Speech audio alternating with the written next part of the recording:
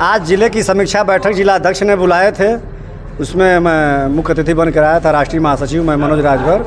और उसी क्रम में आज ओम प्रकाश राजभर जो हमेशा हर मंचों पर सालों साल बकबकाते थे, 17 के बाद जब भागे वहाँ से 18 में पार्टी चेंज किए, चले गए समाजवादी पार्टी में, सपा भी छोड़ दिए, फिर भाजपा में चले गए। जिस भारतीय जनता पार्टी को वह पानी पी पी कर गाली देते थे और कहते थे कि भाजपा एक डूबती हुई नैया है, उस नैया में छेद हो गया है, जो डूबे उस पर चढ़ेगा वो डूब कर मर जाएगा।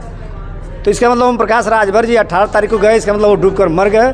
तो राजभर समाज और सुहलदेव स्वाभिमानी पार्टी ने बनारस में श्राद्ध मनाई और यहाँ पर श्राद्ध के साथ साथ आज तेरही भी मनाई गई है। और कुछ सभी कार्यकर्ताओं को भोजन की भी व्यवस्था है, पूड़ी है, चावल है, दाल है, सब्जी है, सारी व्यवस्था है। सभी कार्यकर्ता इनके अंतिम संस्कार का आज द इंड करेंगे, उसी समक्ष में यह दोनों कार्यक्रम आयोजित किया गया है।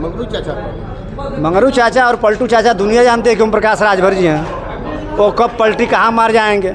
कभी नरेंद्र भाई मोदी देश के यशस्वी प्रधानमंत्री को कहते थे कि नदी में डुबो कर मारूंगा, गंगा जी में। मोदी को, अमित शाह जी को जब तक गुजरात भेज नहीं लूँगा, असल माँ बाप का औलाद नहीं, इसका मतलब नकली औलाद है, उसी में बाप बेटा चले गए। 17 में तो गए थे खड़े पाँव, कुछ नहीं समाज के लिए किए। इस बार तो चारों पाँव निहुर गए, अमित शाह से माफ़ी मांगे हैं। मुख्यमंत्री को सरंगी बजाने की बात करते थे, मुख्यमंत्री जी उत्तर प्रदेश को जहाँ ट्रेनिंग दी जाती है वहाँ भेजने की बात करते थे, गोरखपुर। घंटा बजवाने की बात करते थे, चल सन्यासी मंदिर में घंटा बजा।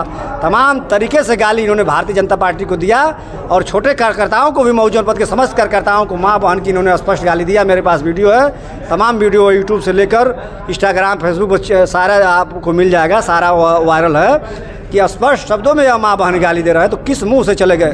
या तो भारतीय जनता बेशर्म है, या नहीं तो ओम प्रकाश राजभर बेशर्म है। और ओम प्रकाश राजभर को यदि जिंदा है तो आकर बताएं, राजभर समाज के नाम पर, जात के नाम पर पार्टी बनाए हैं, तो आकर यह बताएं कि आखिर में गठबंधन बंद कोठरी में किए तो किन मुद्दों पर किए हैं। क्या आर्थिक आरक्षण भूल गए? क्या महिलाओं को 50% आरक्षण इन्होंने चिल्लाते थे भूल गए?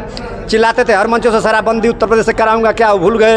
ये चिल्लाते थे शिक्षा नीति एक समान लागू कराऊंगा, क्या वह भूल गए? या क्या जाति जनगणना, या भूल गए? डबल इंजन की सरकार है। अगर जो इस मुद्दों पर उन्होंने समझौता किया है या तो विलय कर लिए हों तो आकर यह समाज में प्रिंट में आपके माध्यम से यह समाज को बताने का काम करें, नहीं तो अन्यथा हम लोग समझेंगे कि यह निश्चित वो नदी में गए हैं, ब्रह्मपुत्र में नदी में डूबकर भाजपा की नैया पर डूबकर मर गए। तो प्रकाश राजभर की श्रद्धांजलि सभा आयोजन की गई थी। बिल्कुल, कार्यकर्ता समीक्षा बैठक हुई है, सभी कार्यकर्ताओं की राय से उनको श्रद्धांजलि अर्पित किया गया है, आपके सामने है। और वहाँ भी कवरेज कर सकते हैं, भोजन चल रहा है। प्रकाश राजभर के एनडीए के गठबंधन में शामिल हुए हैं, तो कितना असर पड़ेगा 2024 में? ना तो एनडीए को फायदा है ओम प्रकाश राजभर से, और ना तो ओम प्रकाश राजभर को एनडीए से फायदा है। एनडीए में नहीं थे अगली बार तो क्या उखाड़ लिए भारतीय जनता पार्टी का? पूर्व बहुमत की सरकार केंद्र में भी बनी, फिर उत्तर प्रदेश सरकार जो चुनाव हुआ अगला चुनाव, इसमें भी वो नहीं थे भाजपा के साथ, तो क्या उखाड़ लिए? उनकी सरकार बन गई। लेकिन भारतीय जनता पार्टी इन लोगों को अति पिछड़ों का नेता मानती है, राजभरों का नेता मानती है। दारा चौहान को, चाहे ओम प्रकाश राजभर को, अनिल राजभर को, तीनों यह भगौड़ा है, तीनों दल बदलू हैं। कब किस दल में जाएंगे कोई नहीं जानता है। अनिल राजभर और जो अति पिछड़ा के नेता हैं तो चंदौली के निवासी हैं, जन्मभूमि वहाँ से जीतकर किसी सीट से जीता है। दारा चौहान आजमगढ़ से, घोसी बाहुल क्षेत्र से अपने जाति के देख जीतते हैं। आजमगढ़ से जीत कर दिखा दें, मैं जान जाऊँगा अति पिछड़ा के नेता हैं। ओम प्रकाश राजभर बनारस के हैं, जहुराबाद से चुनाव आकर लड़ते हैं। क्यों लड़ते हैं? ये अपने गृह क्षेत्र से चुनाव लड़े। मैं इनका आजीवन में गुलामी करूँगा और चुनाव जीत जाएंगे। तो गठबंधन में शामिल होने से पहले बहन मायावती को ये प्रधानमंत्री बनाने की बात कर रहे थे, इस पर क्या कहेंगे? अरे यह कब क्या बोलेगा? सुबह कुछ और बोलता है ओम प्रकाश राजभर, बाप बेटा, बेटा कुछ और बोलेगा, बाप कुछ और बोलेगा। बाप बोलता है कि सदर मऊ विधानसभा के विधायक अब्बास अंसारी हमारे पार्टी के हैं। उनका लड़का कहता है कि नहीं मेरे पार्टी के नहीं है, हमारे पार्टी से कोई लेना देना नहीं है।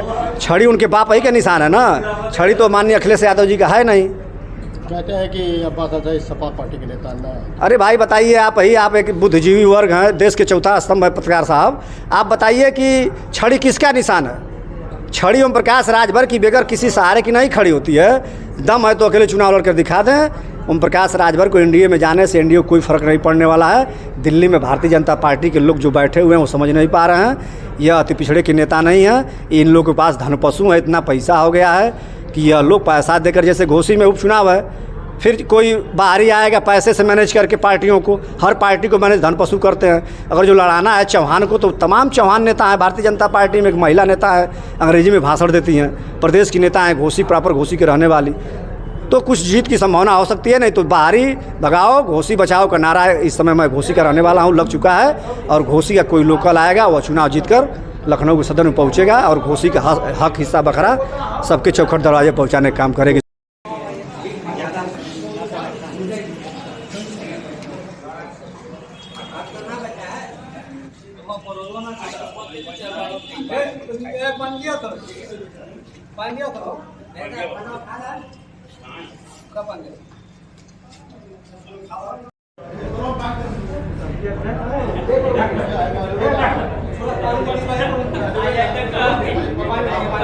ये ना